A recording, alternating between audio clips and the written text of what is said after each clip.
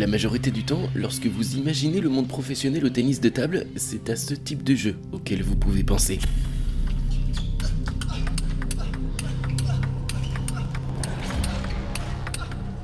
Agressif, rapide, des rallyes qui vont à une vitesse ahurissante couplée à un aspect physique extrêmement important. Mais il n'y a pas si longtemps, l'univers du tennis de table était un peu plus peuplé de joueurs qui se démarquaient de par leur propre style. Et ce matin, en réfléchissant à une idée de vidéo, un nom m'est revenu, celui du coréen Oh Sang-eun. Vous ne le connaissez peut-être pas pour ceux qui ne suivent pas forcément le tennis de table ou encore pour les nouvelles générations, mais je pense sincèrement que vous allez être surpris. Alors aujourd'hui j'ai envie de vous montrer que le tennis de table est rempli de diversité et que parfois sortir des codes académiques peut jouer en votre faveur. Et vous allez le voir, mais l'expression pongistique mettre la balle une fois de plus que son adversaire va prendre tout son sens.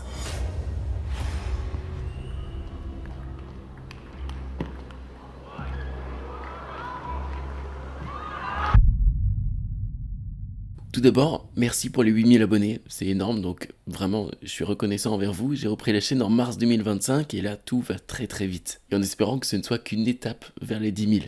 Donc, merci encore et bon visionnage.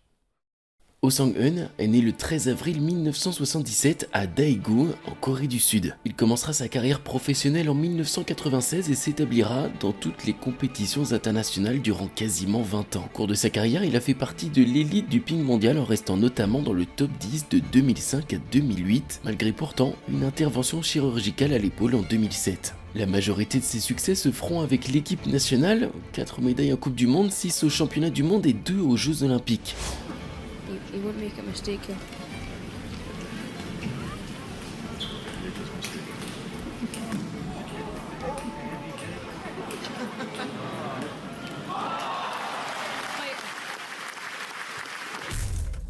Ainsi, nous pouvons le dire une nouvelle fois sur cette chaîne, mais il a fait partie des légendes de son pays et reste l'un des joueurs non chinois les plus titrés.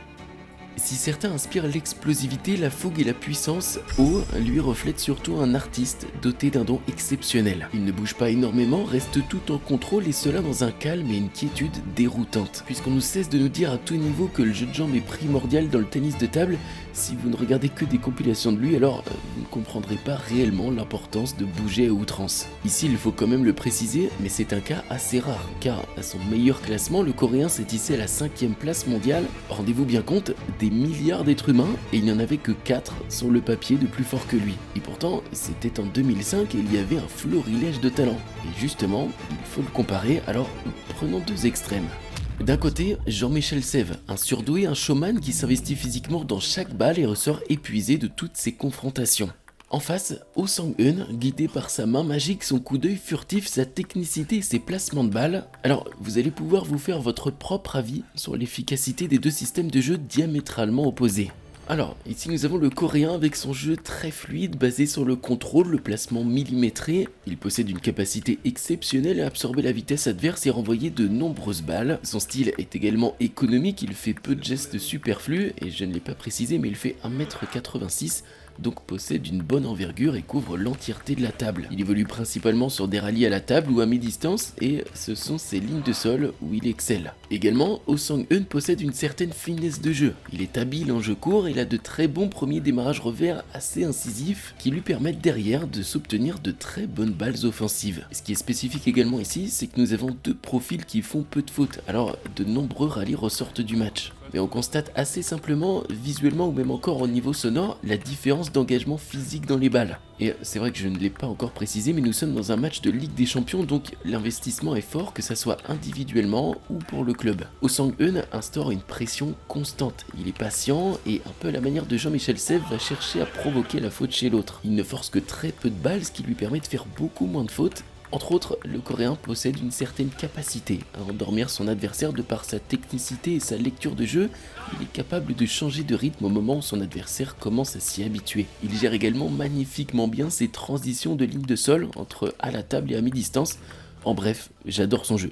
Il est très fluide, propre à lui et il le maîtrise, ça se voit et c'est un régal pour les yeux.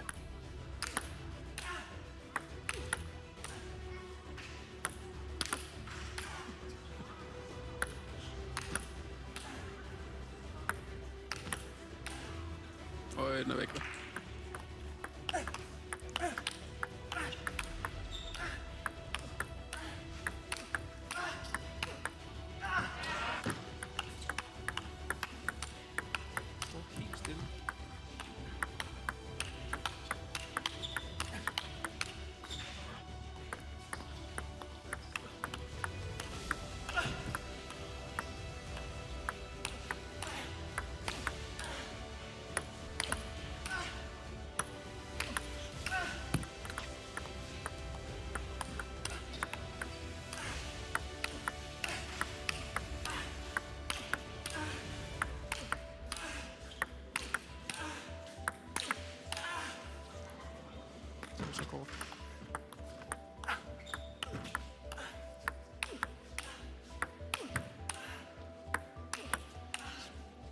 forretning på nu.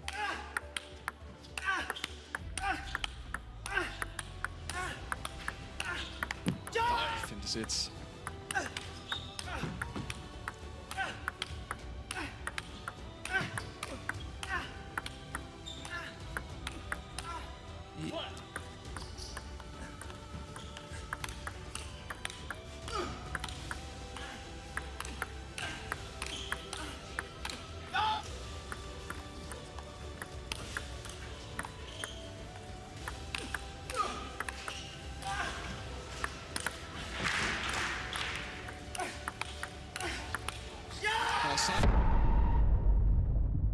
Désolé si c'était un peu long, mais je me devais de vous montrer les highlights du match, on a rarement l'occasion de voir autant de rallyes. Pour information, le Coréen va perdre la rencontre à la belle après une grosse bataille. Peut-être a-t-il manqué un peu de puissance sur certains échanges, mais tout le monde ne joue pas comme Jean-Michel Sèvres. Seulement lui a cet art de faire durer autant les balles.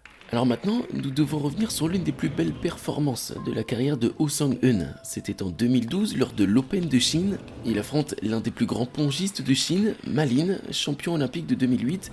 Et le Coréen ne part évidemment pas favori, mais il l'a déjà embêté de nombreuses fois. Alors encore, il va imposer son style pour faire déjouer la légende.